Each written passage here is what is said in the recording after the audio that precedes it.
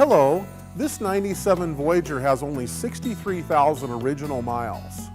It received the full power rear entry mobility conversion brand new in 2005.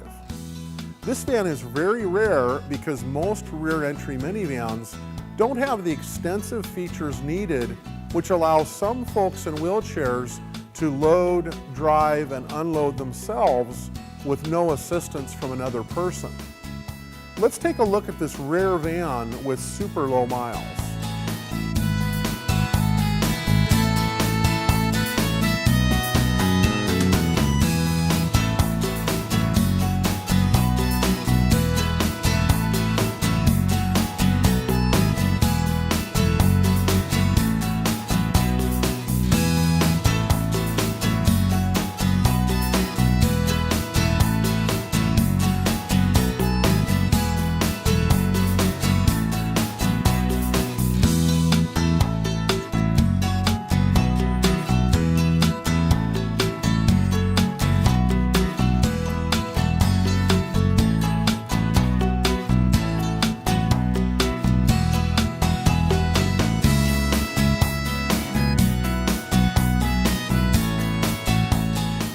Thank you for watching.